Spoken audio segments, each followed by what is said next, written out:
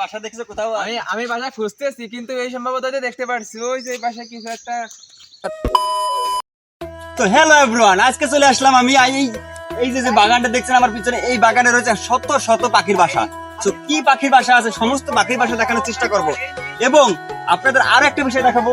এই যে সাইডে দেখছেন আমার দেখাও, প্রিয় পাখির অনার মিস্টার নানাই খ্যাত মঞ্জু আমার ভাসতে, সেও কিন্তু এসেছে আমার সঙ্গে।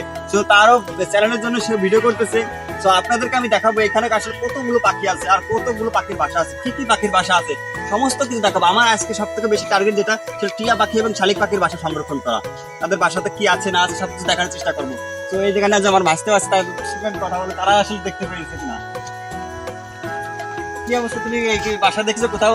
আমি বাসা খুঁজতেছি, কিন্তু এই সম্ভবত দেখতে পারছি ওই যে বাসা কিছু একটা, কিসের জন্য একটা বাচ্চা আমার বাসা দেখা যাচ্ছে গাছের উপরে, কিন্তু এটা অবশ্য ক্লিয়ার দেখা যাচ্ছে না। ওই যে আছে একটা বাসা, তো ওইটি জুম করে দেখাবো। ওই যে ওইখানে একটা বাসা অবশ্য আছে।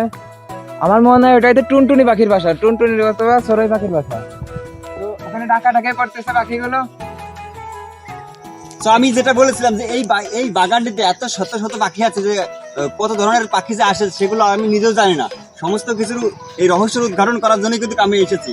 তো আমি চারিপাশে দেখানোর চেষ্টা করবো যে আজকে কতগুলো পাখি বাসা আমি দেখাতে পারি আজকে। তো লেটস গো। সো যেমনটা বলেছিলাম, আমি আসলে এই বাগানটিতে এখন ঘুরে ঘুরে দেখবো যে কোন কোন পাখির বাসা আমি আসলে দেখতে পাই।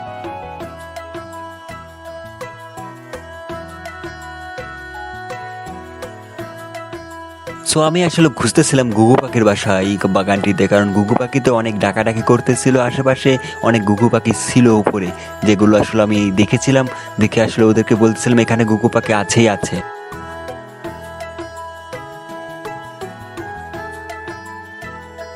অন্যদিকে মঞ্জু তো খুবই এক্সাইটেড ছিল আর ও ভিডিওতে অনেক রিয়াকশন দিচ্ছিল।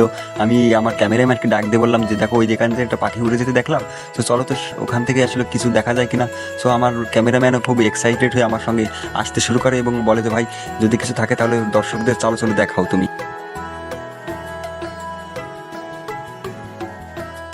অন্যদিকে মঞ্জুও তাড়াতাড়ি চলে এসেছিল আমার কাছে, এসে বললো যে কাকা দেখো তো ওখান থেকে আসলে কি উড়ে গেল।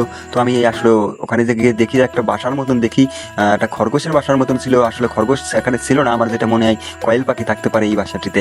তো যার কারণে দোস্ত আমি আরও একটু খোঁজাখুঁজির চেষ্টা করতেছিলাম, আমি আরও দেখানোর চেষ্টা করতেছিলাম আরও কি বাসায় কোনো পাখি বা কোনো কিছু পাই কিনা। তো আমার এই গর্তগুলো দেখে খুব অবাক লাগতেছিল যে এরকমের মাটির ভিতরে রাস্তার কোলে তারা আসলে বাসা তৈরি করে রেখেছে। এখন অবধি আসলে আমরা অনেক খোঁজাখুঁজির পরও কোনো পাখি বা বাচ্চা কোনো কিছু খুঁজে পাইনি। যার কারণে আজকের ভিডিওটা আমরা এখানটাই তামাতে রেখে দিচ্ছি।